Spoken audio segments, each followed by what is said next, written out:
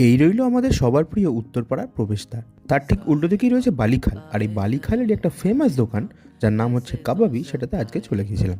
সে দোকানের ভেতর অনেক রকম খাবারের সম্ভার, ভেরিয়াস টাইপ অফ স্যান্ডউইচ থেকে শুরু করে র্যাপস, মকটেল, এছাড়াও অনেক রকম স্পেশাল আইটেমস ছিল এনাদের।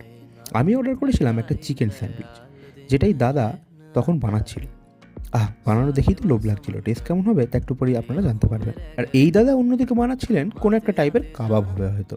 সবাই নিজেদের মতো কাজে বিজি ছিল, আর আমি সেগুলোকে রেকর্ড করার কাজ করছিলাম। আর উল্টো দিকে চলছিল আমার কাবাবটা বানানোর প্রিপারেশন।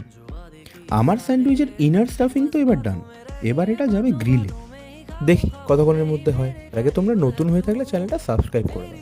আর এই রইল আমার বিল, যার দাম হয়েছিল 120 চিকেন স্যান্ডউইচ আর 6 টাকা জিএসটি পার।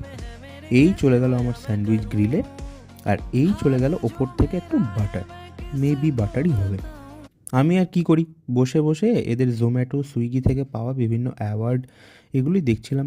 আর এদের অ্যাম্বিয়েন্সটাও কিন্তু দারুণ ছিল। বসে খাওয়ার ক্যাপাসিটি না থাকলেও ঠিকঠাক ছিল, মানে এই টুকটাক তোমরা জিনিসপত্র খেয়েই নিতে পারবে। এনাদের স্পেশাল মেনুটার দামের কিছু এদিক ওদিক হয়েছিল, সেটা তোমরা ওখানে গেলে দেখতেই পারবে। প্রায় 10 মিনিটের মধ্যেই চলে এলো আমার স্যান্ডউইচটা। খাবার রিভিউটা আমি যদি রেটিং করতে যাই তাহলে বলবো 10-এর মধ্যে 8.5, ঠিক আছে। আর এই রইল ভেতরে স্টাফিংটা, যেটা আমি তোমাদের দেখিয়ে দিচ্ছি।